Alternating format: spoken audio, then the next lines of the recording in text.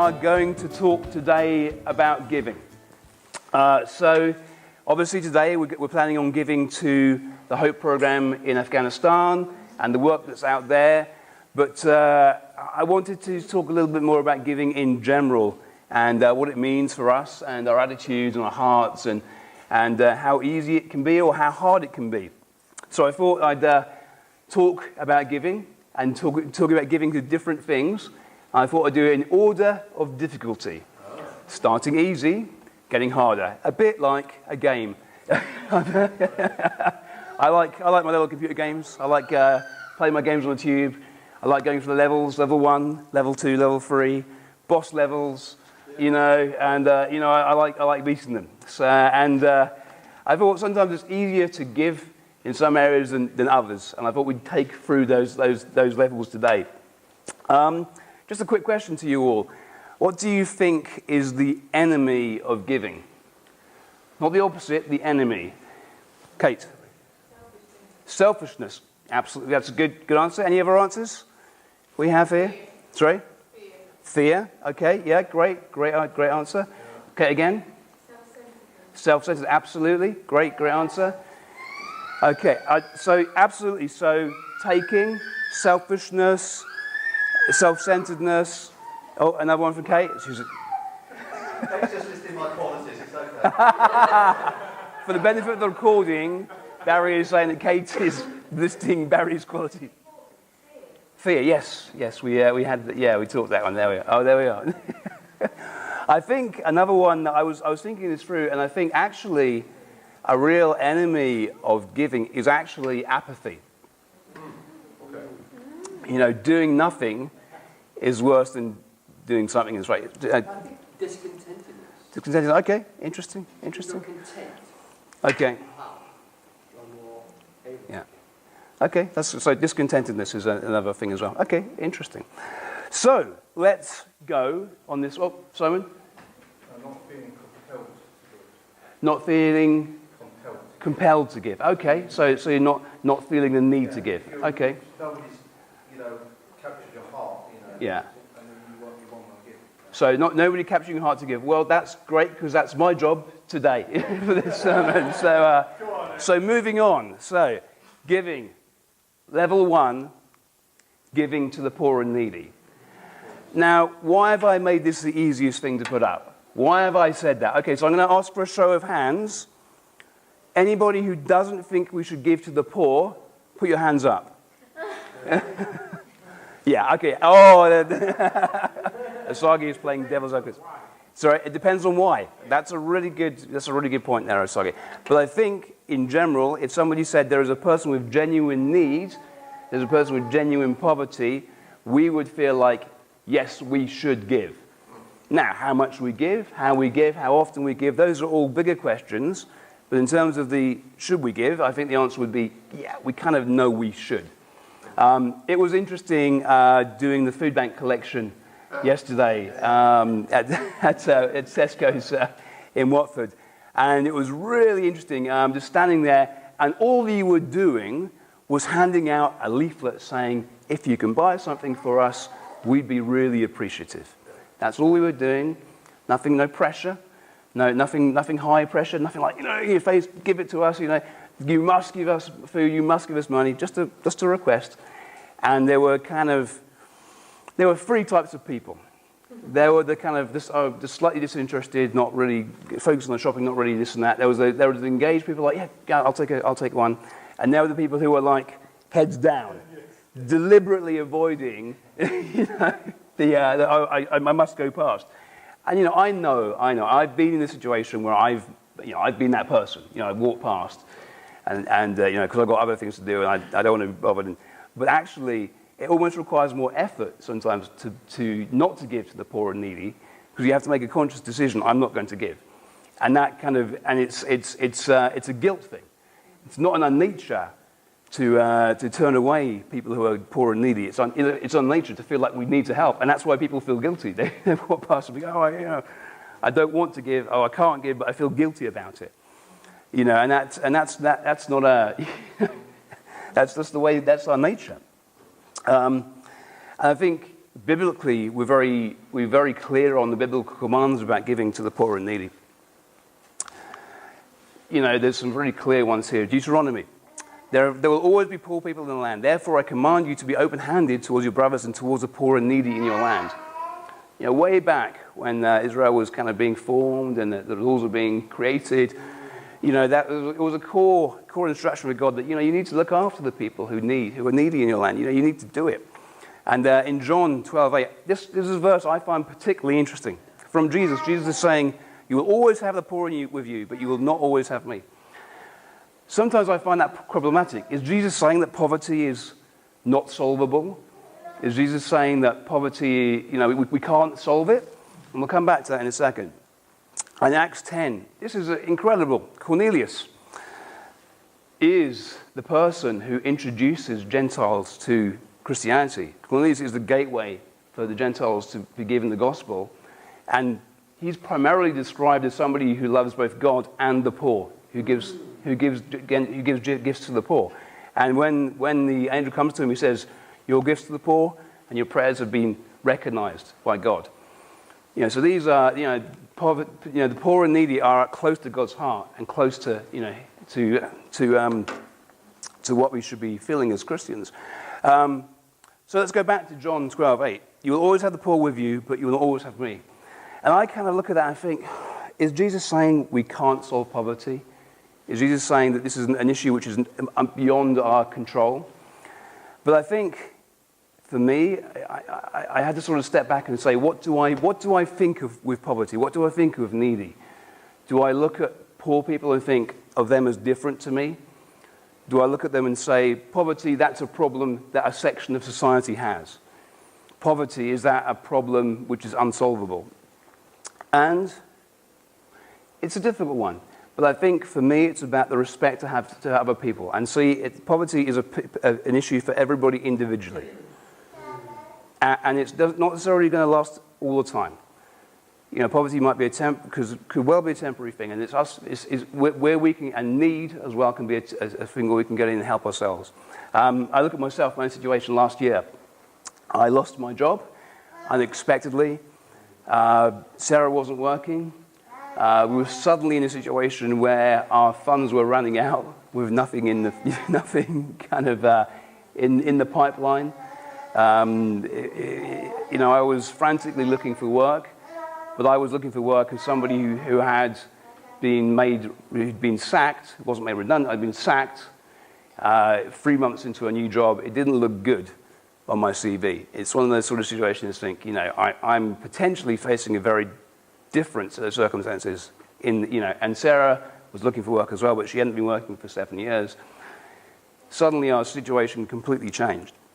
And it was, and in that time I felt like, oh gosh, you know, it was a tough situation for us. But I think there were people in this congregation who reached out and helped us in that time, who gave us gifts, and it touched my heart, and it made me feel, you know, very, very loved. And I think that's what it's about. It's giving to people in their hour of need. And it's not just about poverty, it's about needs as well, the neediness of people. You know, people might have health issues, people might have relatives who are dependent on them, you know, people might have stress, you know, people might be in situations where they're under a lot of pressure, people might, you know, all these different needs that people have, and we have the ability to help them, to give our time, to give our resources, not necessarily just to give our money, but to be able to reach out and help people, to give our hospitality, you know, all these sort of things. I think another example from my own family, my brother, I'm sure most of you know, my brother is autistic, and he is in residential accommodation up in the Midlands. That residential accommodation is very expensive, and it's covered by the government, which is great. You know, I appreciate that. However, austerity is here, and you know, money is being taken from different services all over the place, and so there's a real possibility that my brother's care might be unfunded. Which means that, what does that mean? That could have consequences for our family, could have consequences for my parents, and therefore consequences for me and my family. Those things can happen. Those things can change. Those things can happen. So I think, for me, it's about respect for people who have needs. It's not like there's a lump of people who are poor. There's a lump of people who are needy. That's always going to be there. Yes, there will always be people who are poor, but people don't necessarily always have to be poor. And we can help, and we can get involved and help change those people's situations. And that's what we're going to come back to when we talk about the work that the Hope does in Afghanistan. We're going to talk exactly about getting into people's lives, changing them, and helping them to get into a situation where they're able to help themselves. So, moving on, giving to your friends and family. So why wasn't this the easiest all the time? So, I love my family. I love my kids. I don't like them all the time. So, I love you guys. But if you see this in the future anytime. But, there are times when I get really wound up by my children. Even this morning, when they are running around screaming at the top of their lungs, and I'm thinking, our neighbours are going to hate us. It's it is too late. And I feel like, my goodness, all I want to do is, tell them off at the top of my voice as well, to add to the problem, not solve it. I think when I get home from my work, I've done my commute, I've been in London, I've had my hour and a half commute on the way home, and I walked in the door and it's raining, and all I want to do is sit down and do nothing, frankly. I'm sure that nobody can relate to that at all. I'm sure it's just me. I think it's just unique to me, and I've never heard it with men before. No, only me. Okay, that's fine. Just sharing about me. That's fine. It's fine. confessing. Yes. But it's that. I think there are times when it's easy to give to our family.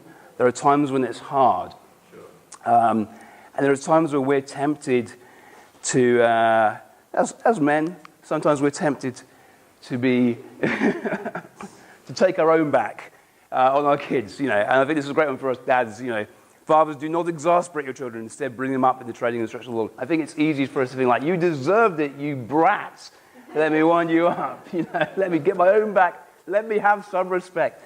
But I think it's important that we remain giving to our family, remain giving to the people around us. We give them our resources, we give them our care, we give them our respect, we give them the care and attention they need all the time. And it's not just about our physical family, it's about our family in the church, our brothers and sisters, people around us. I love this group, but we are a very diverse set of characters here. And the brothers know my opinions on this one because I've said it numerous times. There are people whose opinions I do not agree with sometimes. Most times. Oh, it's okay. Okay, the truth is out most times. There are times we discuss about subjects, and I will definitely put my own views forward. I'm never short of an opinion. Why did I do this again? Anyway, well, as I said, second level. Okay, so, and I think, 1 Peter 3 really speaks to us on this. It says, finally, all of you live in harmony with one another. Be sympathetic. Love as brothers. Be compassionate and humble. Man, every one of those words stings a little sometimes. Because I think, we look around and we can get wound up by each other. We can look and think, oh, come on, dude, you just got the wrong opinion. Or why did you say that? Or you're just being stupid. And we just get tense and wound up, and we don't want to live in harmony. We don't want to be sympathetic. We don't want to be empathetic. We don't want to love. We want to be right. We want to be heard. Be compassionate and humble. Do not repay evil with evil or insult with insult, but with blessing, because to this you were called so that you may inherit a blessing. We look at this verse, And you think, oh yes, that's all about the world, that's all about us interacting with us. This was written to a church, to Christians, about Christians. So absolutely, this is for us as a group, about each other. And the encouraging thing about this is actually it's nothing new. It was way back at the beginning of the church. So it's a valid issue to be aware of. It's a valid issue to be working on as a fellowship and as brothers and sisters. But yes, let's work with harmony. Let's work with sympathy. Let's walk in the other people's shoes and really let's have a really unified sense together. So, moving on. Level 3, getting tricky. Giving to your work. I have a love-hate relationship with my work. Sometimes I love it. Sometimes I hate it. Sometimes I love the work, but I hate my boss. Sometimes, I don't hate my boss. So, is that I'm recording it? No, that's unfair. That's unfair. Backtrack. I can feel challenged sometimes in my relationship with my boss. There we are. Better way of saying it. Okay, that was good. Excellent. So, okay, right. So, but sometimes work can be challenging because in some ways, the things we just talked about previously, the idea of different opinions, different ideas, different priorities, we can think, why am I being asked to do these things? I know my experience, I can think of a dozen better ways of doing things, or I can't see the point of why I'm being asked to do this thing, or why am I being asked to do extra hours? What's the big plan? What's going on here? Why aren't I being paid the way I think I should be deserved? Why aren't I being promoted? All these things can really sap our energy and joy of life when we're at work. We spend a long time at work. We spend 8.5 hours of our day. More than half our work, sometimes more than half our waking hours are either at work or going to work during the week. We spend a lot of time there. It's definitely worth thinking about. Let's go. So, Colossians 3:22-23. So the sharp-eyed among you will note that I've missed the start word here. The start word is slaves. Now, I'm fully aware that this is a grey scripture to use. And I know that there's a lot of, we've got to be careful when we talk about slavery and that sort of thing as Christians. But I think, let's look at the principle here. So obey your earthly masters in everything and do it. Not only when their eye is on you and to win their favor. In other words, don't be playing politics at work, but with sincerity of heart and reverence for the Lord. This scripture takes out the boss takes out the structure, takes out the politics and says, who cares who you're working for? Who cares what the situation is? God is your master. God is who you're working for. Whatever you do, work at it with all your heart as if working for the Lord, not for men. And absolutely, this is directed specifically to slaves. This is people who had no choice about what they were doing in a situation where where the political landscape was a lot different. But we can take from this, if this is what slaves were being told in unjust situations, in situations where they had no control or no agency, this is what we should be. How much more should we take this and kind of follow these principles and remove ourselves from that emotional ties to our bosses, emotional ties to that workplace, emotional ties to those responsibilities. And take those responsibilities and use them, but put them in terms of our service to God. So, level 4, giving to the government. Yes, indeed. Who here enjoys paying their taxes? Oh yes, lots of hands going out. Right. I remember. So Ollie, you might. This might be a bit fresher to you than it is to me, but I remember very clearly my first proper job, and I got my pay slip, and I was like, "Oh, this is it! My first proper job. I've got a pay slip." I ripped it open, looked at it, gross pay, net pay tax. I was like, no! I was being stolen from by the government. Oh my goodness, why is the government taking all my money? So, and this isn't going to be a long point, but I just want to go to remind us of what Jesus said in Mark 12:17. And Jesus said to them, give to Caesar what is Caesar's, and to God what is God's. Sorry, got myself a bit mixed up there. You know, you got to do it. It's not pleasant, it's not nice, but we have a government for a reason. There are things that we are provided with in this country. You know, at least we have the opportunity to change the government through voting. But you know, so we've got things better than it was back then. But you know what? We've got to pay our taxes.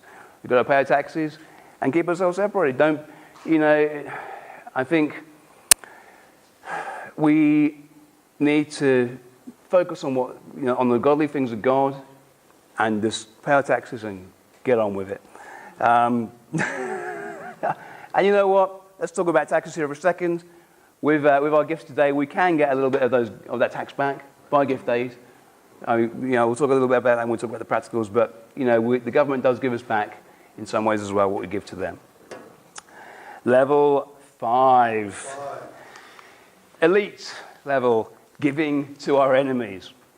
So, what are our enemies? Do we really have enemies these days?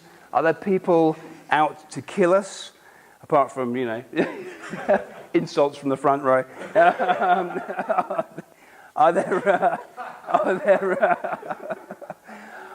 Do we really have people who are out to, destroy us? I think actually the thing for us today is people who don't like us. And, it's quite easy to find people who don't like you.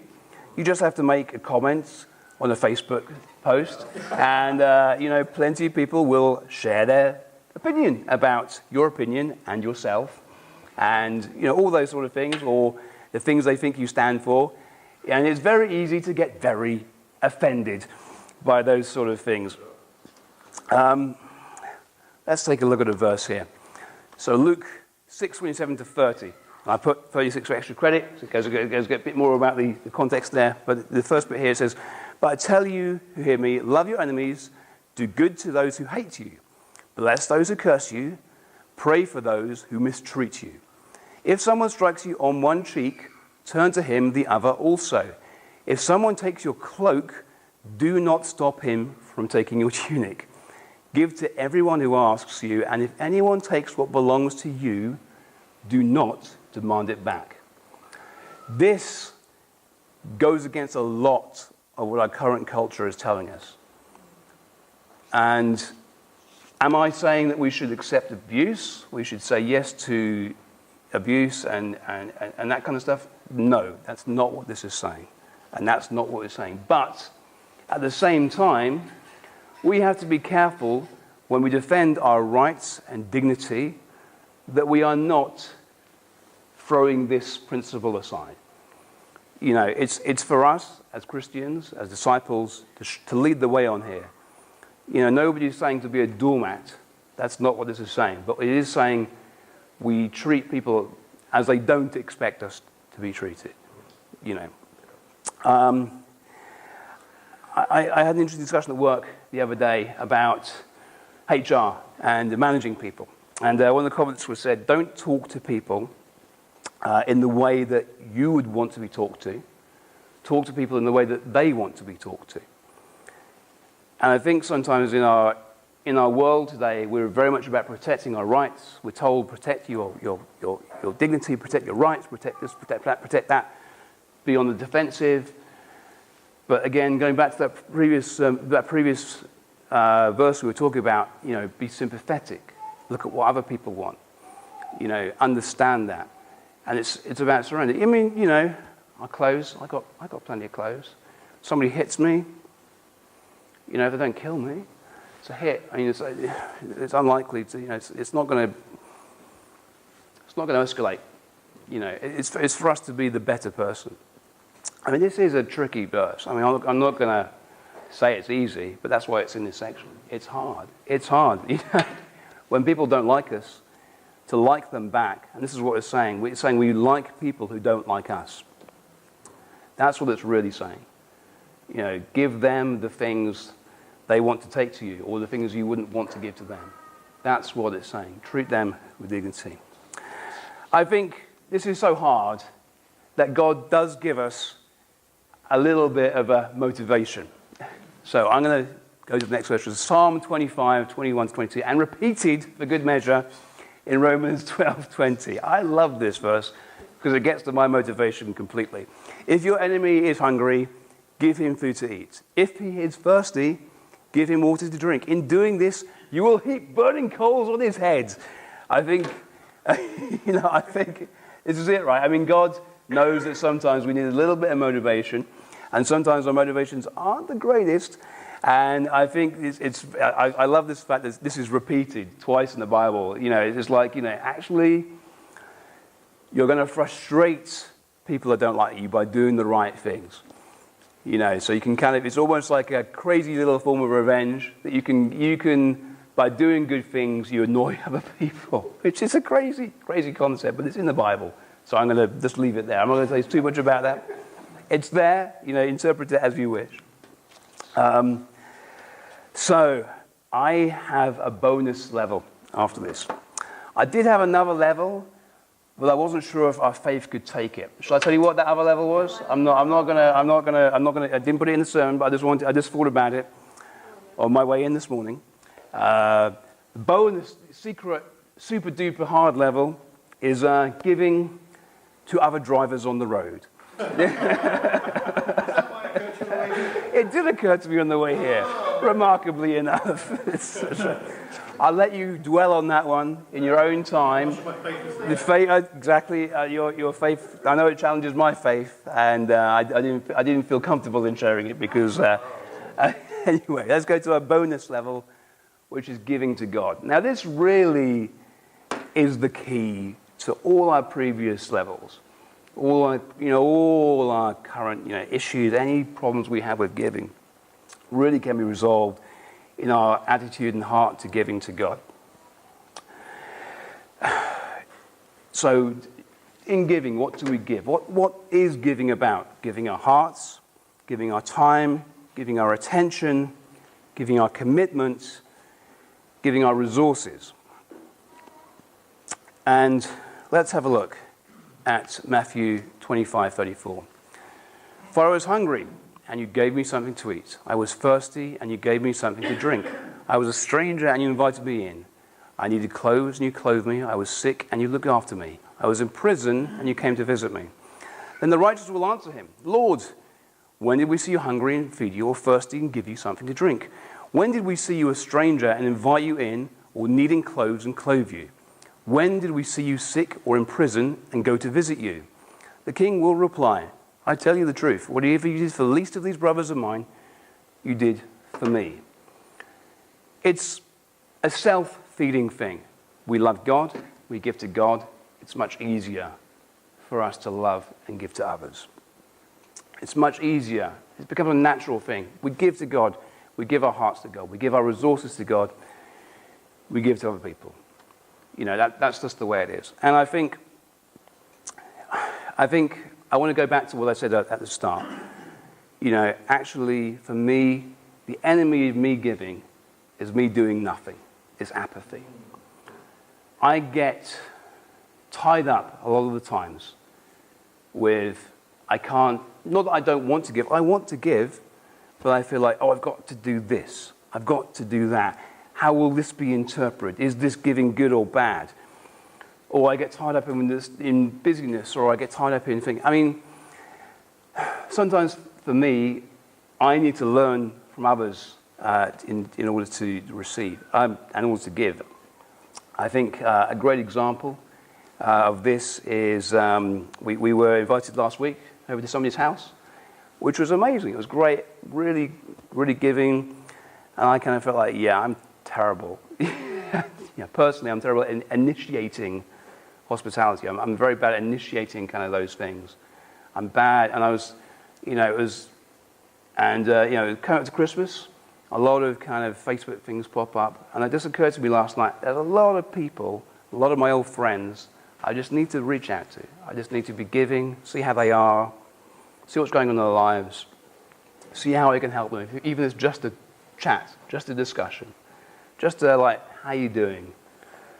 Break through that kind of wall of busyness, break through that inactivity that I've got. I'm just sitting back and letting the world go past me. And for me, it's important for me to recognize when I'm being given to. And if we don't allow ourselves to be given to, we don't give people the opportunity to give either. We need to be reciprocal sometimes for people giving to us so they can give. And sometimes it's hard to, quote unquote, take charity. We don't like to accept things. It kind of, for us, sometimes it shows that we have a need that we don't necessarily like to admit that we have. And so that's the converse of giving. We also need to be prepared to receive when we need it as well. And in that way, we can build a real deep understanding of what giving and receiving means as well. Today, we have a great opportunity to give to people who really do need some help, who do have an opportunity to change their lives by what we're going to give today. So the program that we're giving to today is for computer training and mentoring in Afghanistan. Afghanistan is a country, I was chatting about this with one of my work colleagues on Friday, because he has a friend who's actually something like the nephew of the vice president of Afghanistan. Fairly intense connection. And he was debating whether he should go to Afghanistan with his friend or not, because he's of ethnicity where it might raise questions if he goes to Afghanistan on future travel. I was like, yes. And I was reminiscing about my time in Afghanistan when I went out there. And the thing that I remembered about it was it's like a country with no history. It's a country with no kind of, people don't understand when their birthday is. They don't know when their birthday, they don't know when they were born. Documentation, when I went out there, it disappeared. So it's like the country is building up from scratch. You've got these towns, you've got these houses on the map, have no drainage, just no electricity, just kind of, it's very basic. So anybody who has any level of technical expertise or any level of training in this stuff is immediately in a much better situation in their life, in a much better situation to provide, to get good work, to provide for their families, to bring them out of that situation. And we've got a couple of examples of the people who've just been helped with. So the first one is Safiullah, I think, Safiullah, who's a survey officer. So, as we can see here, he did a BBA and is very ambitious to improve himself in English and computer work. But he still, even though he'd done his education, still wasn't really up to speed on computer or computer work. So he came into the Hope program, and through that work, he's been able to get a salary of $500 a month, which is a lot in that area, and he's able to, and it's just. So this is just an example of how our work can improve the options for people going forward. Secondly is Abdul. He's a telephone operator. This is a man whose family, very poor family, agricultural background, just working really at a subsistence level. So he came to Kabul, and again, it's interesting, he's kind of come through that university thing, but that education out there is still not sufficient for them sufficient people to be experts in computers. We think about university stuff here, and you just like, oh yeah, everyone's got a laptop, it's all electronic, it's all there. Internet access is all part of life as a university student. It's not over there at all. So he came to our program, the Hope computer training, And the training that we give is free. So the money we give here enables us to run the program, run the courses, provide the materials, provide the training for free for these people.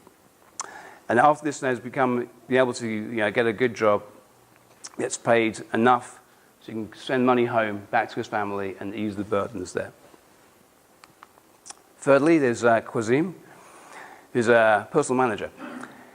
So this is, again, a situation where he's thrown into a situation through no fault of his own. His mother died, and there's no support there.